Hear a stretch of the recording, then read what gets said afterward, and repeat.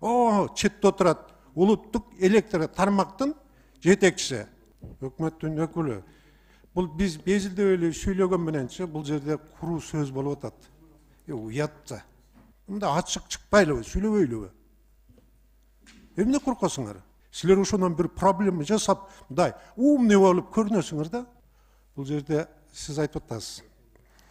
2019 жыл менен 2020-2021-дин бүгүнкү күндөгү салыштырганда 54 миллион 17 миллион киловатт электр энергиячы айырма берип атат. 2021 жылы 17 миллион киловатт электр энергия көп пайдаланып жатат деп атасыз да. Сиздер отуруп бир анализ жасабадыңыздарбы ушул? Бул себеби сиз айта албай атпайсызбы? Бул жерде көрүп атпайсызбы? Бүгүнкү күндө жери ишке киришти, ЗИФ. Золотоизвлекающая фабрика. Бир. Бүгүнкү күндө металдын тоннасы 85 000 сомго чыкты, 45 000 сомдон.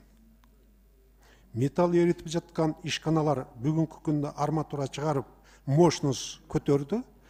ЗИФ 10 миллион киловатт электр энергия иштетип атат бүгүнкү күндө. ЗИФ былтыркы жылы, мурда жылы иштеген эмес жери. Мисалга айтып көргөт турган болсок, Кумтөр бүгүнкү күндө бир айдын ичинде 22 миллион киловатт электр энергия иштетет. Сиз кошуласызбы ошого? 22 миллион киловатт. Сиз айтып атасыз 54 миллион. Бул жерде 10 миллион. Калганы эл иштетип атат. Бул мен айта турганымчы мындан чыкты. Жакшылап анализ жасаш керек. Ал жерге баргандан кийин иштеш керек. Мактум Муканович. Бир, экинчиден мен дайыма көтөрүп келе жатам да бүгүнкү күнгө чейин. Бүгүнкү күндө алтын өндүрүп жаткан ишканаларгачы 2,1 коэффициентти коюп 4,70 тиындан саткыла деп атам. Кумтөрдүн өзү 300 миллион киловатт электрден иштетет. Бүгүнкү күндө уже жер үйкүрет где-то 150 миллион киловатт электр энергия 200 миллионго жакын иштетет. Бүгүнкү күндө сем заводдорду кошкула дедим. 3 чоң сем завод бар, 100 миллион киловаттан иштетет, 300 миллион киловатт электр энергия. Темир эритип аткан ишканалар бар. 50 миллион киловатт, 20 миллион киловатт. Мындай орточо санап келгенде 1 миллиард киловатт электр энергия иштетип ошол жерден 2 сом 50 тыйындан дополнительно 2 сом 25 тыйын, 2 сомдон түшкөндө 2 миллиард сом түшүп атпайбы? Кайта айттырып, биз bir актер bir театрда ойнап атканда болобуз да. Биз айтабыз, силер угасыңар. Театрда ойнадык, кайттык. Айтылган сөзчү аткарылбайт.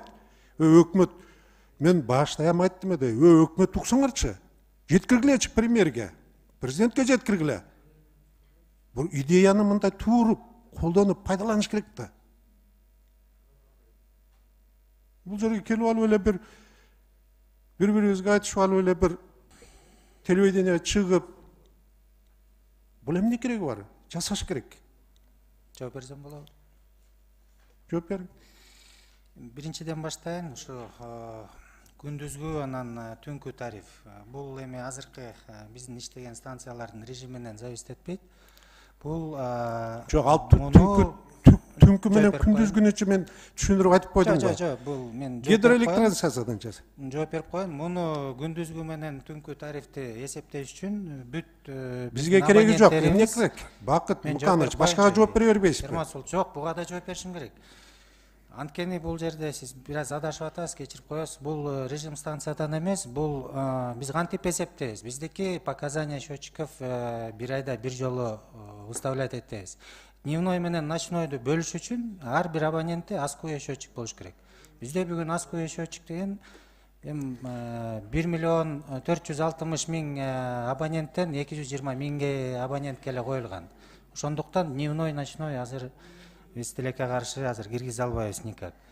Анан экинчи Бакыт Муканович, бизге керек эмес. Сиздин деңгээлиңиз ошол болгон болсо мен айтар эдим, Энерго холдингчи банкрот кыласыз. Түшүнүктүү эле мен сизге айтып жеткирдим го. Түнкү менен күндүзгүнүн кереги жок бизге деп. Мен айтканым бул режимден зависит Хорошо, этпейт. башкасына жооп бере бериңчи. Бул прибор учетадан зависит этет. Азыркы прибор учета эми простой электронный бул андай бөлө албайт. Дневной менен ночнойду бөлө албайт.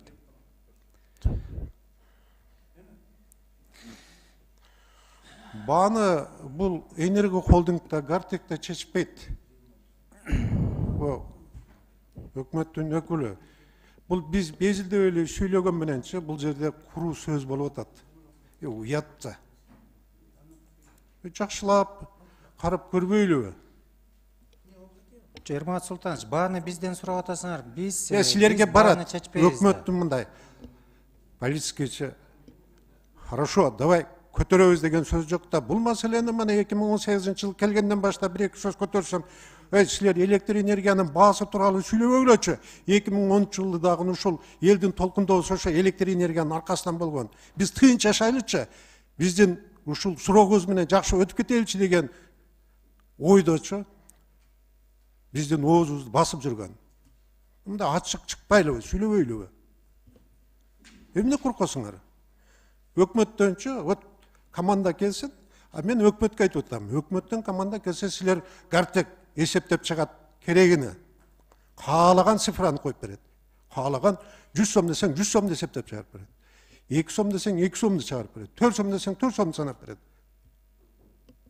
Ошол үчүнчү кегиле энергетика системасы нормально өкмөткө жеткиргиле, өкмөт шуну айтсын, силер болсо иштегиле, бааны көтөрөлү. Анан калганын көрөбүз. Уурулукту токтотуң. Бакыт Муканович, уурулукту 2,5 миллиард киловатт электр энергия дагы айтам да. Шуну эч болбосо 1,5 миллиардка кыскартып койгулачы. Четте отурат улуттук электр тармактын жетекчиси. Ошол адам 850 миллион киловатт электр энергияны жоготуу кылып атат. Мен айттым да, 500 миллионго түшүргүлөчү, 350 миллион эч болбосо кыскартып десем да сек бар, башын катырып. Бизде коэффициент бар, формула бар. Формула деген эмне? Даяр чыккан электр энергиянычы элге жеткирип бериш. Бул эмне деген нерсе?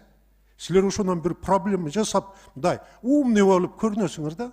Даяр электр энергияны провод менен элге жеткирип бериш бул. Даяр систематически бардыгы бар. Ошону уурдабай эле жакшылап жеткирип бергиле. Өз убагында ремонт жасагыла. 15 000 адам бүгүнкү күндө ошол жерден бала чакасына үй бүлөсүн багып атат. Азыр эми сиз айтып кеткен бир суроого мен жооп берип коеюн да, булар менче билбейт. Бул жанагы түнкү жана күндүзгү тариф боюнчачы бул основном кошуна мамлекеттерде бар да. Теплоэлектростанция менен иштегенде алар стабильный жагып тургандачы түнкү моментте час пикти иштетет, анан калган убактачы бош калат да, ошол убакта тарифти түшүрөт. Бизде гидроэлектростанция болгонуга байланыштуу биз регулировка кылыш үчүнчү өтө жеңил да. Акында бир айтканымда 1 секунд десем 2 мүнөт деп айтпадыбы? 2 мүнөттөчү регулировка жасап коет да. Ошо час пикте бизге 10 миллион киловатт керек болгон болсо, 10 миллион киловатты шлюзда ачат, турбина аркылуу өткөрөт, электр энергияны алабыз. Час пик бүттү, шлюзду жабат, 1 миллион киловаттка түшүрүп салат. Бизгечи ал тарифтин вообще кереги жок.